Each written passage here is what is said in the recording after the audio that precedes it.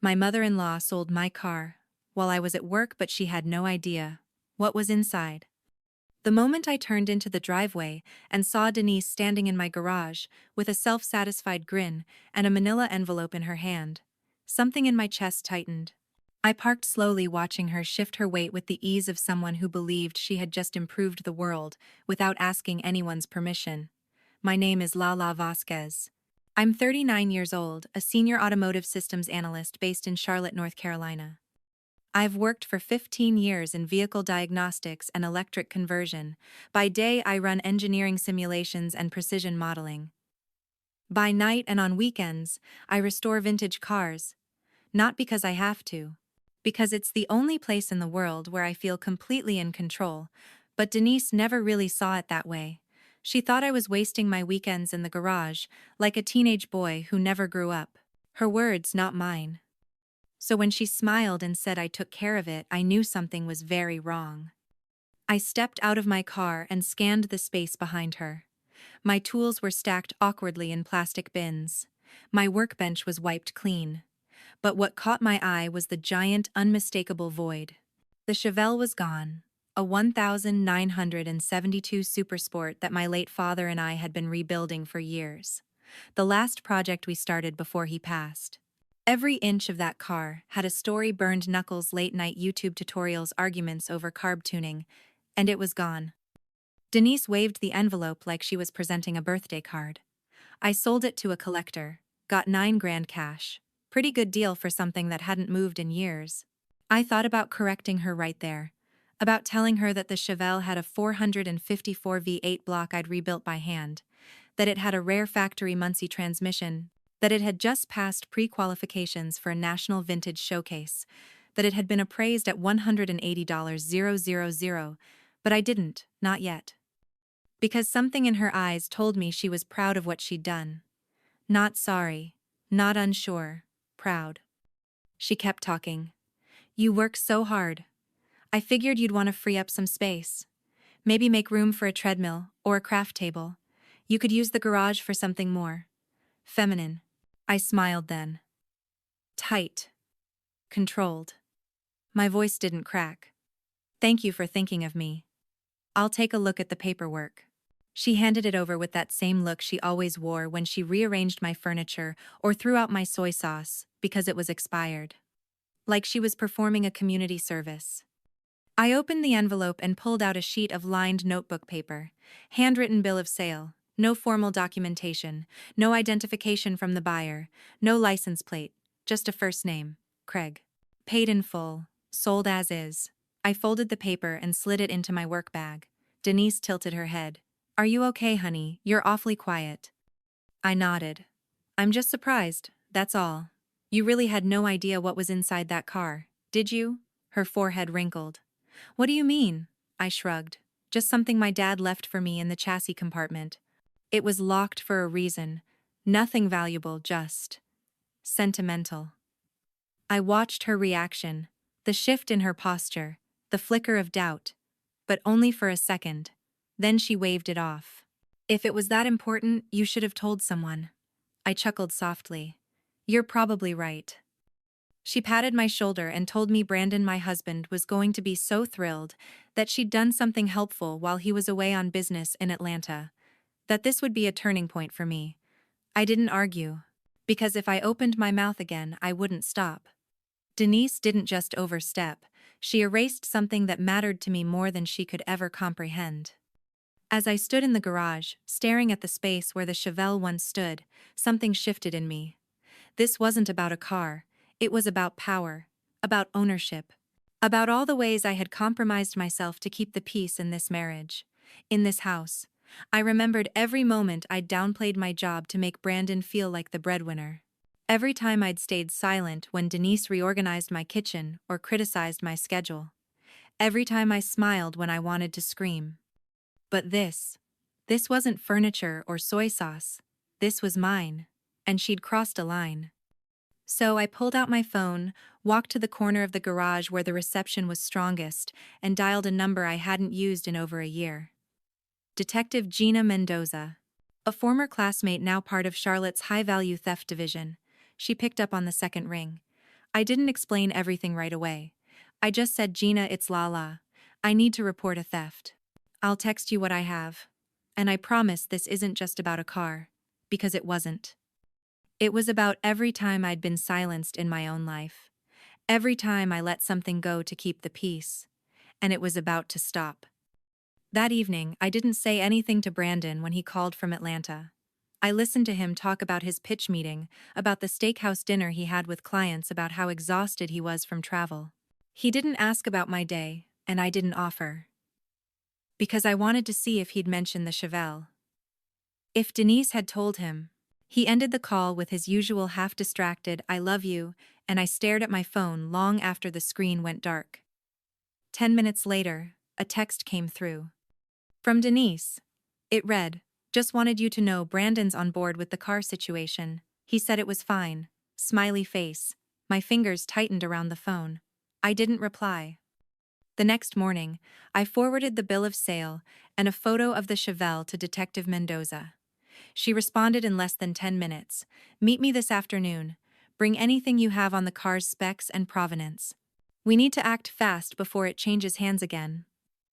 I printed out the full restoration log photos, the VIN, and a scan of my father's sealed schematic envelope that I had taken months ago. I'd always planned to frame that envelope after the final polish. It wasn't just documentation, it was legacy. Gina met me at her downtown office, dressed in plain clothes, but moving with the sharpness I remembered from college. She didn't waste time. She said, the bill of sale is worthless in court. No ID, no verified buyer. Looks like this guy knew exactly what he was doing. I nodded.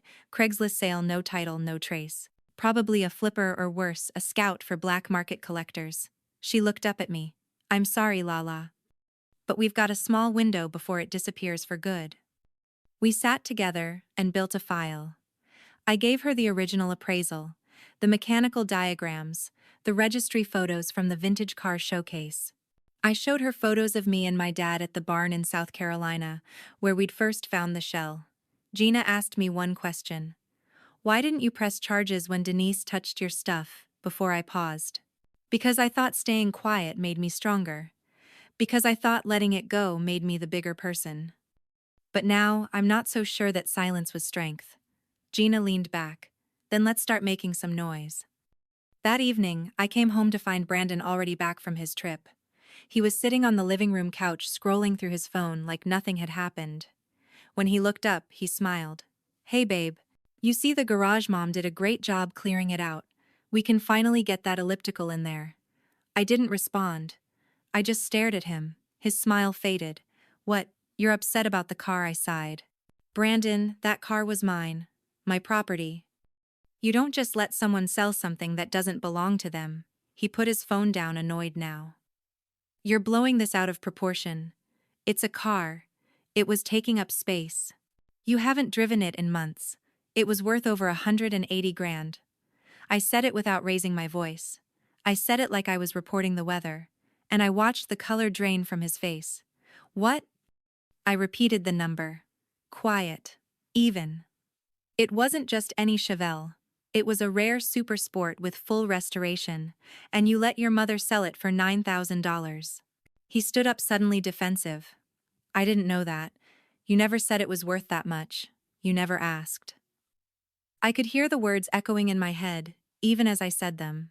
6 years of marriage, and he never once came to the garage to ask what I was building. Never asked why I was spending hours on weekends ordering original parts. He thought it was just a hobby, a phase, something cute to pat me on the head for.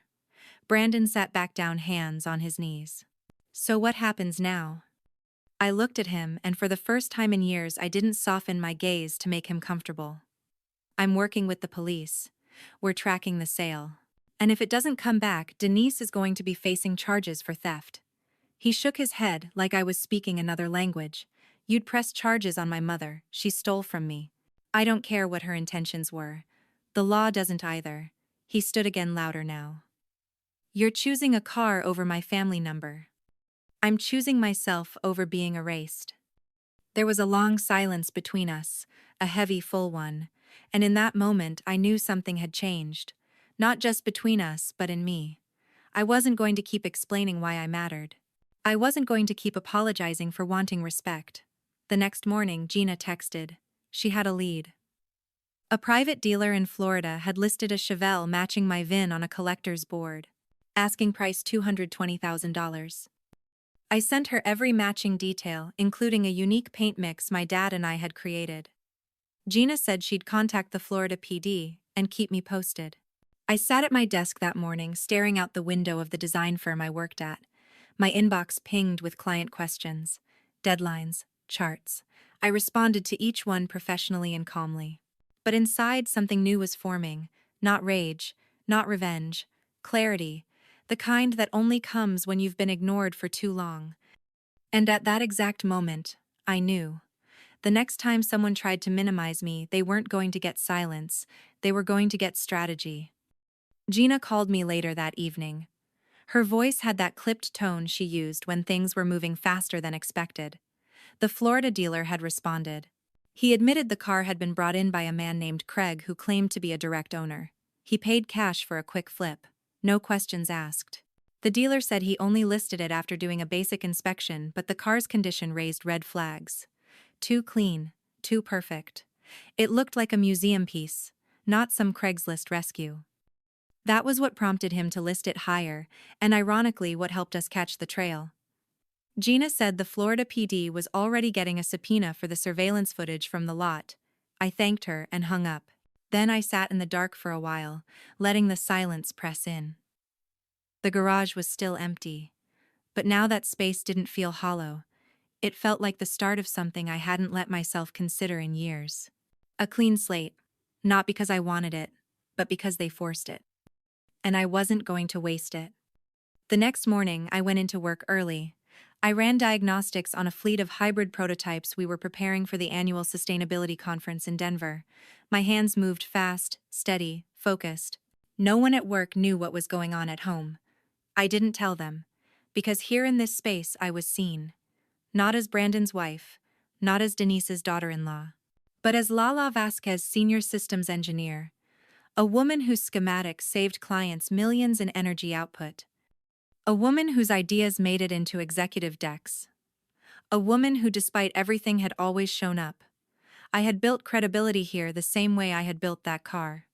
Piece by piece. Quietly. Carefully. With no shortcuts.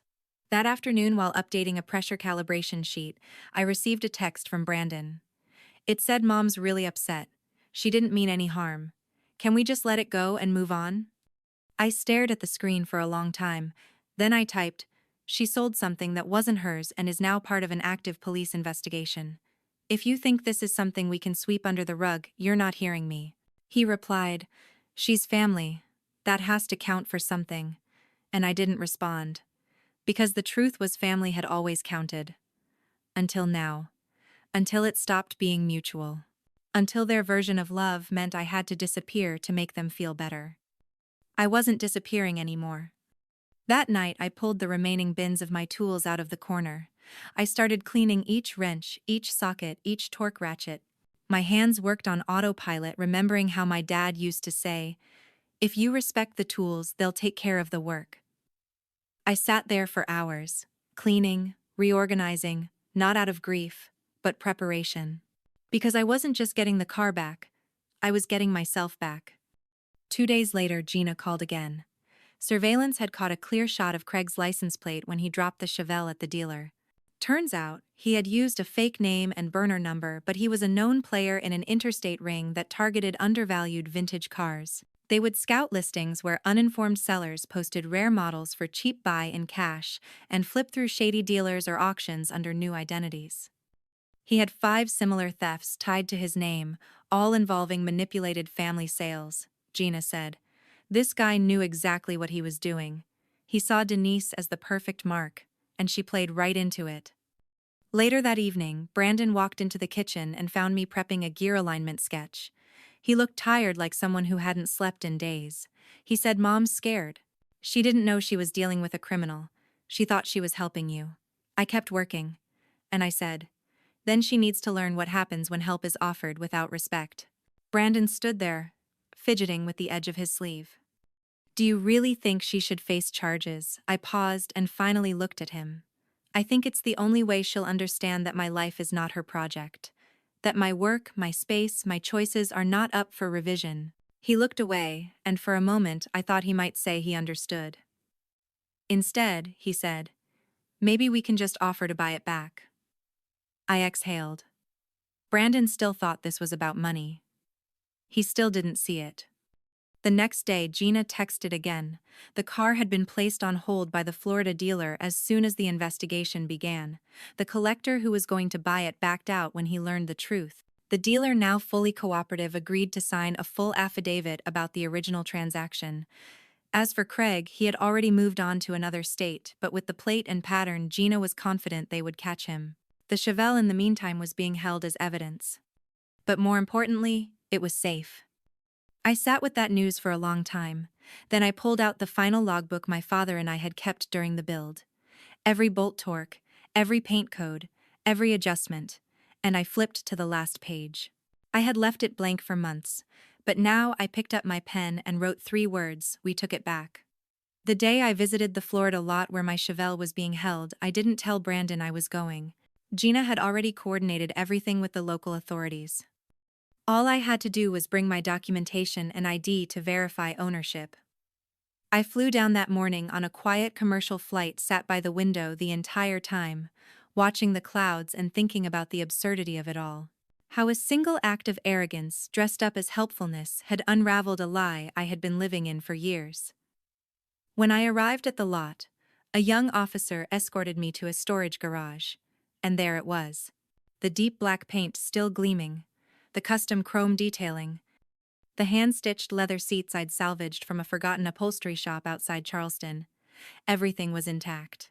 Even the sealed compartment behind the rear panel where the envelope with my father's engineering work had been placed untouched. When I saw it still there, I didn't cry. I didn't gasp. I just stood quietly, letting the proof settle in. The officer asked if I wanted to file anything additional while they processed the return. I handed her a notarized affidavit from Gina detailing the sale's fraudulent nature. Then I added a copy of the original title and the appraisal sheet. She nodded, already impressed. Most people never recover property from these kinds of thefts. But this car, she said, was too clean. Too exact. She said. It stood out. I looked at her and replied, "That's because it was never built for anyone else's approval, only mine, and my dad's." That afternoon, Gina called. Craig had been picked up in Texas, caught trying to flip another car at a classic auction with falsified paperwork. He folded fast, gave up every detail, every alias, every transaction he'd ever made in exchange for a plea. And Denise's name came up in his statement. She wasn't just a victim of manipulation. She'd bragged in the Craigslist message that the car was hers to sell. That she was helping her daughter-in-law see reason. Gina said, "That's the part that changes everything." Back in Charlotte, Brandon was waiting for me at home. He had cleaned the kitchen, made dinner, even lit candles like it was some kind of apology through atmosphere. He asked how the trip went. I told him the car was safe, that Craig had been arrested, that the police had more than enough to move forward with charges. He didn't say anything for a while. Then he asked, "What's going to happen to Mom?" I looked at him across the table, and for a moment I hesitated. Because I knew the truth would hit differently this time. The district attorney is preparing to charge her with felony theft, over $100,000. She'll likely be offered a plea for restitution and probation, but it's going on record. Brandon leaned back. His hands trembled slightly. She's almost 70. She didn't know. I shook my head. She didn't want to know. There's a difference. He stared at me like he didn't recognize the woman sitting across from him. Maybe he didn't.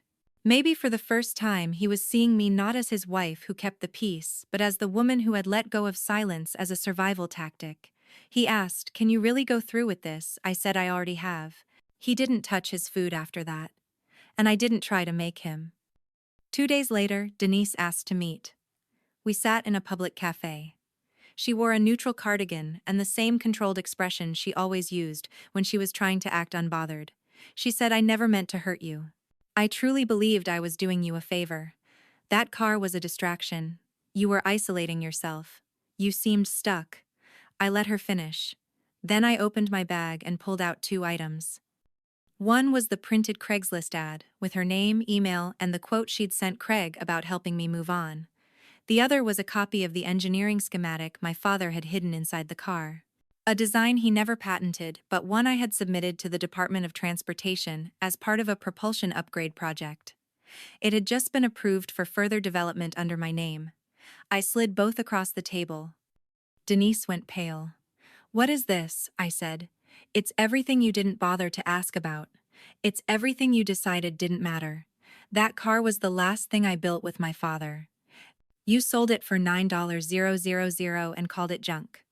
You threw in my tools, my time, my legacy. Because you thought your opinion of what I should be mattered more than my reality." Her voice cracked. I was trying to help.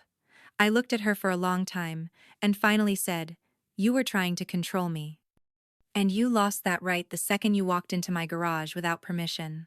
The second you made a decision about something you didn't build." She sat in silence, no longer defensive, just exposed. Then she asked, "Are you really going to press charges?" I replied, "I'm not pressing anything. The police already have what they need. This is no longer about me. This is about what the law says happens when people treat others' work like it's disposable." Denise looked down. Her hands clenched tight on the table. I said, "I hope you learn from this. Not for me. For yourself. Because if you keep pretending your intentions, excuse your impact, you're going to keep losing people." When I walked out of that cafe, I felt lighter than I had in years. Not victorious, just clear. I wasn't building a case anymore. I was building my future, one boundary at a time. The day Denise's formal charges were filed, Brandon didn't come home. He sent a message around midnight saying he needed space, that things were moving too fast, that he didn't know how to feel. I didn't reply. Because for once, I wasn't going to carry both our discomforts. I had spent too many years shrinking myself to make room for his peace. But now there was no more room left to give. I wasn't angry. I was done. The morning after, I walked into our kitchen, made coffee like usual, sat by the window, and opened my laptop. A message from the Department of Transportation had landed in my inbox overnight.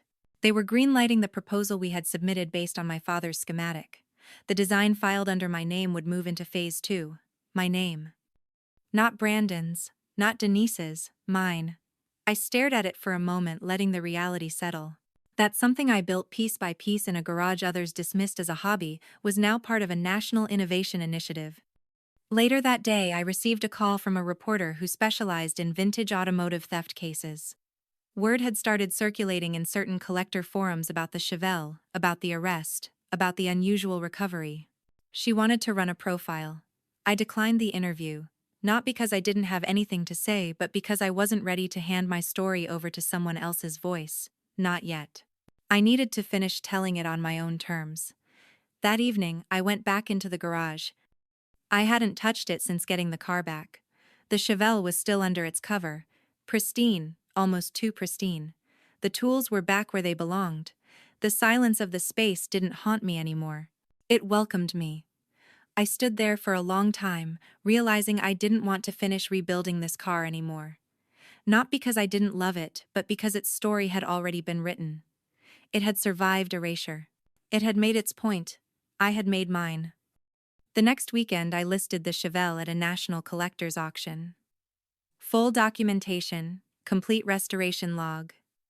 Statement of provenance, including the attempted theft. I watched the bidding climb past $200,000 within minutes. It finally sold at $420,000. When the wire hit my account, I didn't feel elation. I felt closure. Not because of the money, but because every hour I'd poured into that car was finally seen, measured, respected. That same week, I found a listing for a 1970 Plymouth Cuda neglected in a barn outside Raleigh. The exact make and model my father had taught me to drive on when I was 16. The listing said it hadn't run in decades, that the wiring was shot, the transmission questionable. I drove out, bought it in cash, and brought it home on a trailer. Not for profit, not for validation. Just because I wanted to build something for myself again. Brandon came back a week later. He looked tired, worn out, like a man who had finally run out of justifications. He stood in the kitchen like he didn't recognize the place anymore. I told him he could take the guest room for a few nights, while he figured things out. I wasn't interested in punishment, just distance. We didn't speak much those first days. He didn't ask about the Chevelle. He didn't ask about the auction. But he noticed the Cuda in the garage, and one evening stood in the doorway watching me clean out the undercarriage. "You're doing it all over again?" he asked. I looked at him. "Number. This time, I'm doing it right from the start." He nodded slowly as if finally understanding this wasn't a phase. It was who I was before he ever met me, before Denise ever judged me, before anyone decided I was easier to love in silence. A few days later, he asked if we could talk. I agreed. We sat across from each other at the dining table where so many past conversations had ended with me backing down. This time was different. He said, "I didn't realize how much of yourself you were giving up to make things work. I thought I was supporting you, but I was really just tolerating what I didn't understand." I said, "Tolerance isn't the same as respect." He nodded. And then, after a long pause, he asked, "Do you want to try again?" I thought about it. Thought about the years of small dismissals of being told my passion was too masculine, too messy, too impractical. Then I shook my head. "I think we're better people apart." He didn't argue. Just sat there quietly accepting the weight of consequences that had finally come home. The divorce process was calm, clean, civil. He kept the house. I took the tools, the Cuda, and my name. It's strange how something as mechanical as a vehicle could carry so much of who we are. But when you've built something from nothing, every screw becomes a line in your story. Every weld a scar that healed right. I moved into a smaller home outside the city. 2-car garage, quiet neighbors, room for the Cuda and a drafting table. On weekends I play music in the garage and let my hands get dirty again. Neighbors stop by, sometimes curious. Some are surprised to see a woman doing the work. Most are just impressed by the craftsmanship. I don't mind either reaction, because I'm not building to be seen anymore. I'm building because it makes me feel alive. And when people ask what I do, I don't say I'm a wife or an engineer or someone's daughter-in-law. I say I build what others throw away. And somehow that always tells them everything they need to know. 2 months after the divorce papers were signed, I was invited to speak at an automotive engineering conference in Atlanta. I almost declined. Not because I wasn't ready, but because for years I'd been conditioned to believe that my work only mattered behind the scenes. That I was the quiet contributor, the one who refined but never fronted. But then I looked at the folder on my desk: project notes, schematic blueprints, test results bearing my name, and I realized the only reason I was being invited now was because I stopped waiting for permission. I said yes. And when I stepped onto that stage in front of 200 engineers, executives, and university students, I didn't think about Denise. Or Brandon. Or the years I spent swallowing my worth to keep the peace. I talked about restoration as an act of memory. About how rebuilding a machine from the ground up teaches you more about trust and precision than most people ever learn in a relationship. I told them that when something valuable is dismissed as junk, it's usually by someone who doesn't know how to hold a wrench. The applause wasn't thunderous, but it was honest.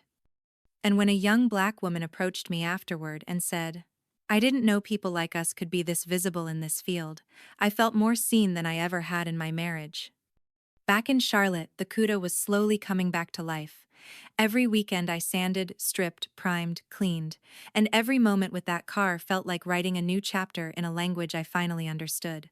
It wasn't about erasing the past, it was about honoring it and choosing how to carry it forward. One Saturday morning I got a knock on the garage door. It was Denise. She looked smaller somehow. Not physically, but emotionally. Like the layers she used to wear for control had peeled away and left something exposed. She said she was in the neighborhood and wanted to return a few of my tools she had found in a box at her house. I didn't speak. I just stepped aside and let her walk into the space she once erased. Her eyes scanned the Cuda, the walls lined with blueprints and labeled bins, the smell of real work in the air. She didn't comment on any of it. She placed the box on the workbench and stood there awkwardly. Then she said, "I read about the conference. You looked very confident." I wiped grease from my hands and replied, "I was." She nodded. A pause. Then she looked me straight in the eyes and said, "I used to think you were wasting your life in here, but I see now that I never understood what you were building."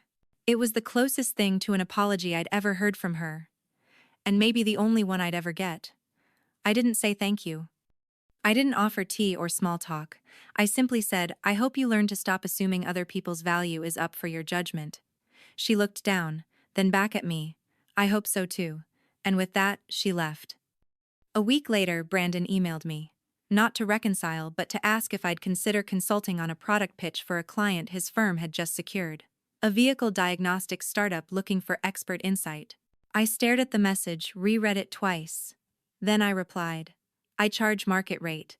I'll send you a formal proposal, business only."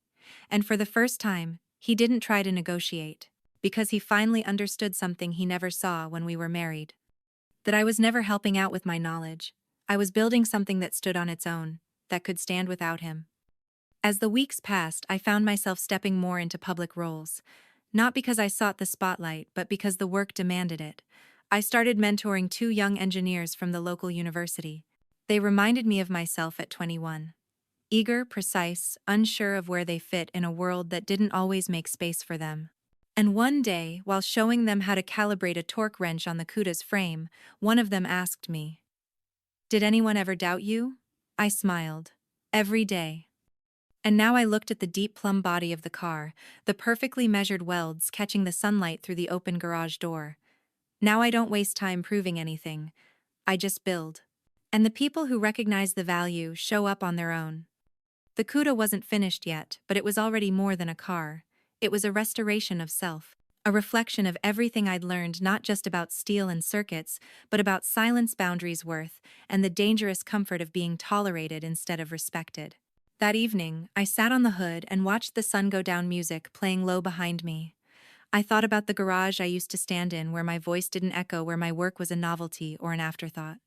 And I thought about the version of me who had once tried so hard to be easy to love that she forgot to love herself. She's gone now. What's left is someone who doesn't need to be understood by everyone, just never underestimated again. The CUDA was almost ready. The engine purred like something alive, the kind of sound only people who've built something from scratch can appreciate. Late one Sunday afternoon, I stood at the edge of my driveway, wiping my hands with an old shop rag, watching the neighbors across the street stare as I adjusted the suspension settings. The husband nodded politely. His wife whispered something to him, eyes locked on the car, then on me. I knew what that look meant. Surprise, maybe even discomfort. A woman alone tuning a high-performance vehicle on her own property. It still challenged what people thought they understood. But I didn't offer an explanation, because I didn't owe anyone one. That week, I submitted a pitch for a major contract with a clean mobility startup based out of Boston.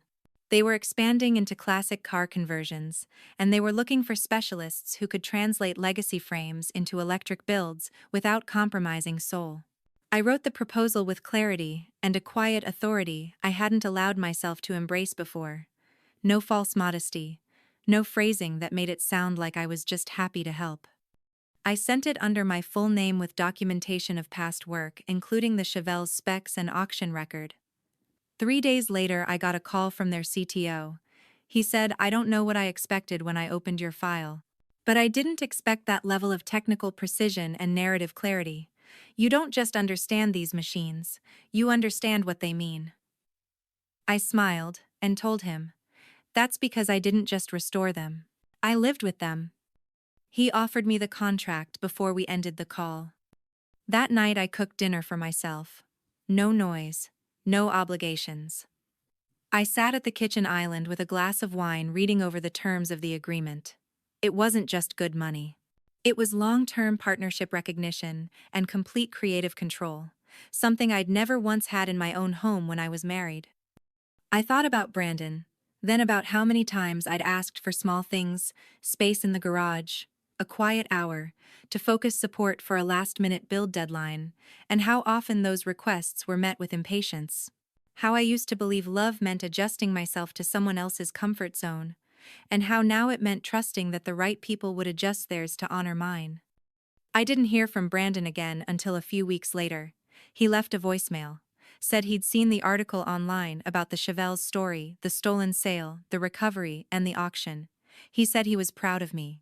That he didn't know how much I had accomplished because he never really looked. Then he said, "I hope you're happy."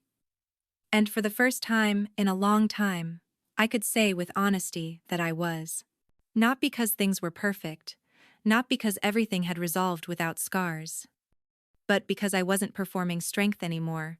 I was living it. A few days after that, I got a message from Gina. The prosecution was complete. Craig had taken a full plea deal and was serving time. Denise had finalized her sentence, 3 years probation, a restitution order that would take her the rest of her life to fulfill and mandatory community education workshops on property law and financial ethics. The criminal record would stay. Gina said, "Most people don't realize how often theft happens inside families. They think strangers do the worst damage. But sometimes it's the people closest to you who think they own parts of you, just because they were nearby when you built them." That weekend I took the Cuda out for its first long drive. No destination, just movement. Through winding hills under fading golden sunlight, windows downwind loud and free. The car wasn't perfect yet. Some interior panels still needed finishing, but the frame was solid, the engine held steady, and for the first time in a long time, so did I. I wasn't trying to fix what happened anymore. I was building forward. A few miles in, I pulled over at a lookout point. There was an older man standing beside a vintage GTO, admiring the view. He looked over, then down at the car, then back up at me. "That yours?" he asked. I nodded. He smiled. "You did good work. It shows."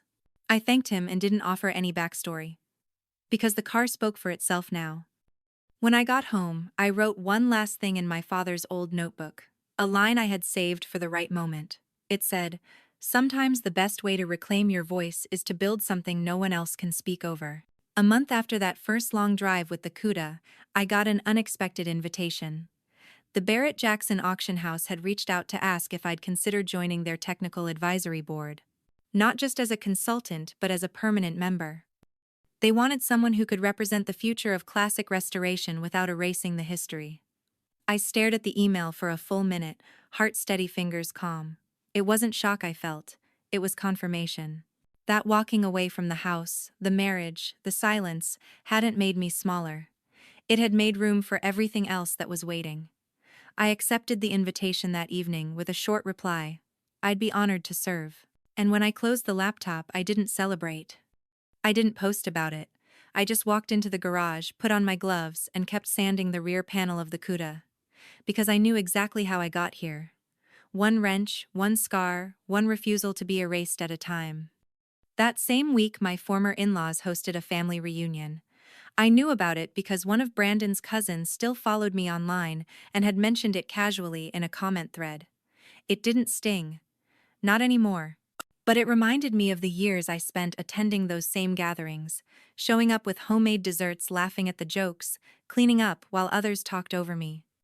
I remembered standing next to Denise at the buffet table once, listening to her introduce me to a distant uncle as Brandon's wife who likes cars.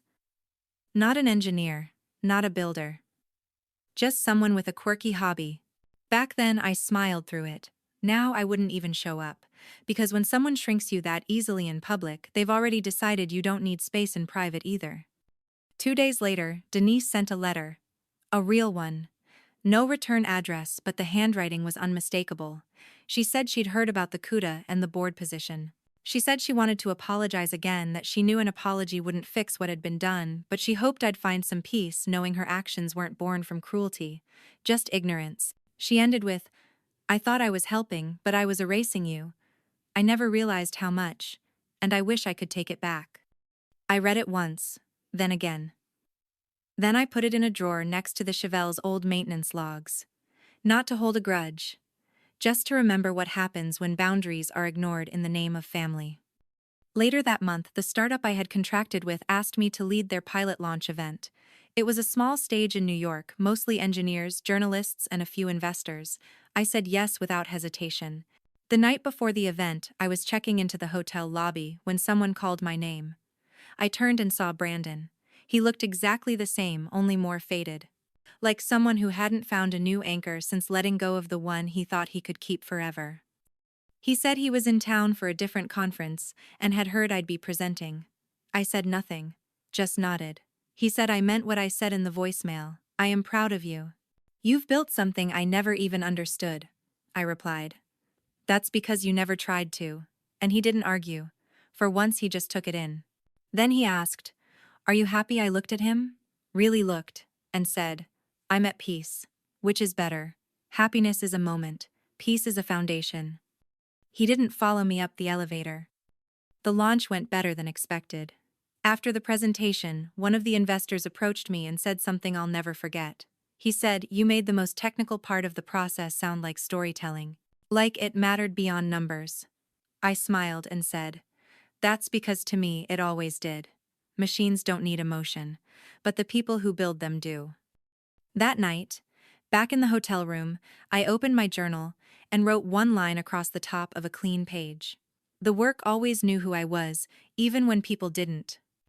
When I returned home, I parked the Cuda under the workshop lights and finally peeled off the last masking tape from the rear fender. The paint caught the light just right. Deep plum, rich and unbothered. It looked nothing like the Chevelle, and I liked that. Because this wasn't a replacement, it was a new chapter. A declaration. A vehicle built not in memory of something lost, but in honor of what I reclaimed. For years, people thought I was just quiet, just accommodating, just easy. They mistook that for weakness. But I wasn't quiet, I was paying attention, and now they don't have to understand me. They just need to watch what I build.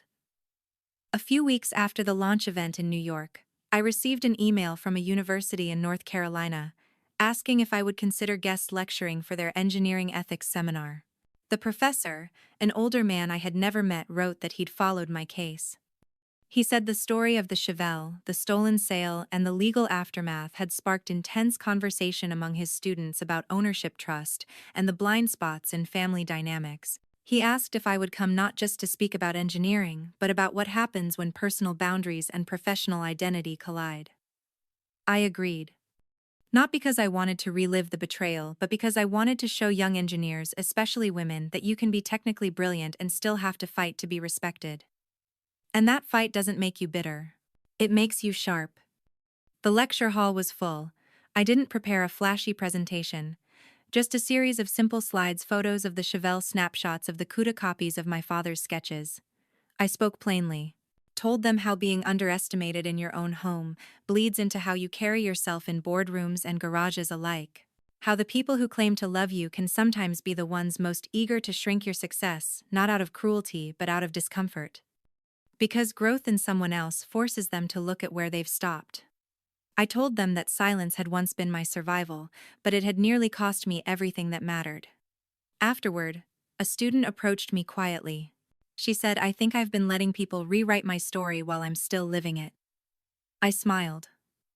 I told her it's never too late to take the pen back. Back at home, I found myself falling into a new rhythm. Projects came in steadily. I started documenting the CUDA's rebuild in a private journal, not for content, not for applause, but for myself. A record of something made by my hands, untouched by compromise. The house was quiet but never empty. Every corner held intention now. One evening, while polishing the new chrome on the front bumper, I heard a knock at the door. I wiped my hands and opened it. Brandon stood there holding a small brown box. He looked like someone who had rehearsed a speech and lost the lines before he could get them out. He said, "I found some things in storage that belong to you. Manuals, receipts, old photos. Thought you'd want them." I took the box but didn't invite him in. He lingered. Said he'd been watching from afar. That he could see now how often he made me feel invisible. That maybe part of him liked it that way because it meant he didn't have to feel inadequate. I said nothing. Just stood there and waited. Then he added, "I'm not here to fix anything. I just wanted to say thank you, because your leaving made me realize how little I was doing with the space I always took up." I nodded, and for the first time there was no bitterness in the air, just truth. He left without asking for anything more, and that to me was its own kind of closure. A few days later, Denise's name popped up in an article about legal reform in property transfer laws. The case had triggered a review of how family disputes over jointly used property could be exploited by third parties. Her name wasn't the focus, but it was there. A reminder. She called once. I let it go to voicemail. In her message, she said she hoped I was well, that she had started volunteering with a local automotive museum's education program. That maybe in some small way, she was trying to understand what she once dismissed. I didn't call her back, not out of pettiness, but because some apologies are better honored with silence than small talk. The CUDA's restoration entered its final stage. Electrical rewiring, seat installation, final alignment, every detail mattered, every bolt held weight. And on the last night, I stood in the garage at midnight music, low lights warm. I sat in the driver's seat, hands on the wheel, heart steady, and I realized I didn't miss what I lost. I missed who I used to be before I thought I had to shrink to fit. I turned the ignition. The engine roared awake like it had waited for this moment too. A quiet confirmation that I was no longer building for permission but for power, and not the kind that demands attention. The kind that moves quietly, steadily, without compromise. The day I rolled the finished CUDA out of the garage, I didn't post a single photo. No social media, no announcement, no dramatic video montage. Just me, the car, and the clean hum of a rebuilt engine catching the morning light. The air smelled like rubber and fresh lacquer. I backed the car down the driveway, paused for a second, then eased it into gear and drove off without looking back. The route I took wasn't planned. I let instinct guide me through old streets, past landmarks I used to drive by, when I was still pretending to be okay, still trying to convince myself that love meant staying quiet. Now, with the windows down and the wind sharp against my skin, I could feel the weight of those memories pass through me and dissolve. I stopped at a quiet overlook just outside the city, same one I used to visit with my dad on Sunday afternoons. We'd sit there in folding chairs, sipping sodas and talking about anything but the hard things. He never lectured, he just told stories. Let me learn from watching, not from being told. And it was in those small silences that I learned the most. That consistency is louder than promises. That respect has nothing to do with title and everything to do with behavior. And that sometimes the people who love you won't understand you. But that doesn't make your value less. It just makes your circle smaller and more honest. As I sat on the hood of the car, I thought about the version of myself that had once come home to an empty garage, staring at the space where the Chevelle used to sit, trying not to scream. Back then, I didn't know how much would change. I didn't know I'd lose my marriage, confront my mother-in-law in a police report, sell a car I'd poured years into, and rebuild a new one from the ground up with no one clapping in the background. But what I've learned is this. Some victories are so personal, so rooted in reclaiming your own voice that no one even needs to know they happened but you. And that's enough.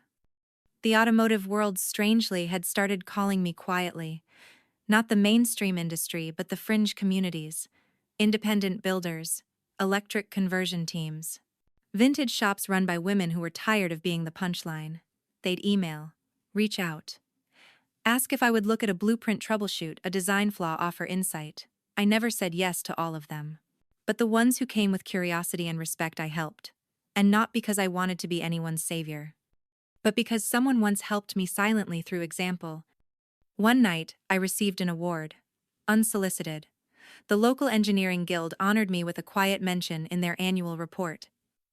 For innovation in preservation. It wasn't televised, there was no plaque. Just a simple paragraph noting the integrity of my restoration process and how I'd contributed to education in the field through mentorship and advocacy. I read it at my desk alone, and I smiled. Not because I needed the recognition, but because even in silence the work had spoken for itself. I drove past Brandon's office one afternoon. I wasn't there for him. I had a client meeting nearby, but I saw him through the window laughing in a room full of suits, looking like the man I used to think I had to earn. I didn't feel anger. I didn't feel longing. I felt distance, the kind you only gain when you finally see people for who they are, not who you hoped they'd become. And as I passed the building, the engine steady beneath me, I whispered a thank you into the air. Not to him. To the part of me that finally walked away. Denise never reached out again after that last voicemail. But a mutual acquaintance mentioned she'd started attending local community meetings on accountability and mediation. I didn't need details. Growth, if it's real, doesn't need an audience. And I'd already spent too much of my life waiting for people to admit what they'd done. Now I just pay attention to who shows up differently, and who doesn't show up at all. These days, when people ask what I do, I tell them the truth. I build. Sometimes it's cars. Sometimes it's systems. Sometimes it's women who forgot how much they're worth because someone else kept talking louder. But whatever it is, I build it slowly, cleanly, and without asking for permission. The garage is always open, music always playing low. A clean cup of coffee sits on the workbench. And the past, it sits folded on a shelf, not erased, just no longer in the way. Because when your value no longer depends on anyone else seeing it first, you stop trying to prove it, you just live it.